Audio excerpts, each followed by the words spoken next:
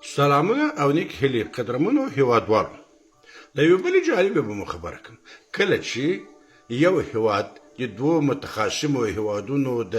صلح د خبرو کوربه کیږي او د هغوی منځګړیتوب په غاړه باندې اخلي بیا نو همدغه هیواد د دواړو جنګ د لورو د هیاتونو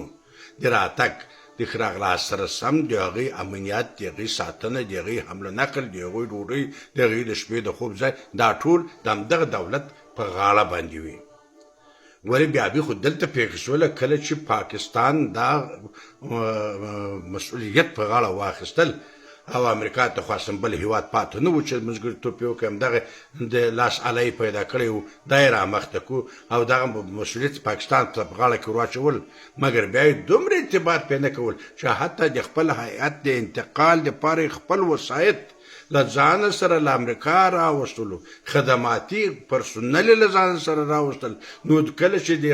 کوربه هیواد باندې دومره اعتماد او باور نشته چې د په موټر کې سپور شي کله چې دونه اعتماد نشته چې د یو کوپ چای وخوري یو کوفي وخوري یو ډوډۍ وخوري نو دته څه حشت پرې په دې غم کې چو خدای دا خو بیا بس سبا ته درغه بتره پېښه شول هغه تالار چې د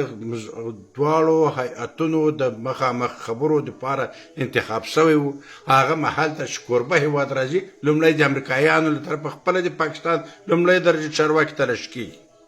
نو کله چې منځګړیتوب د هیات د مشر هیات بدني تلاشي د امریکا د عسکرو لخوا وشي نو دې ته څه شی پاته شو امریکا خو پاکستان په ټوله نړۍ کې لوڅ ودرول بیا به یې کړ خدای دې موږ تاسې او دښمن هیواد له داسې بیا څخه وساتي لکه پاکستان چې نو د داسې هیواد په منځګړیتوب واضح خبره د خبرې ناکامېدلې چې نه رول لري نه طرح لري نه پیشنهاد لري نه امنیت نیولی شي نه منځګړیتوب کولی شي نه یو تلاشي کولی شي نه حتی ډوډۍ ورکولی شي نو دا به څه منځګړیتوب وي ځان یې وشرمول خدای دې یې وشرمولی دی دغه سره پرېږده چې بل ور داسې نړیوالو تعهداتو ته منځته ورنشي که دې داسې لوڅ پر به ولاړ یې خدای دې موږ تاسې ټول له داسې بیا څخه وساتي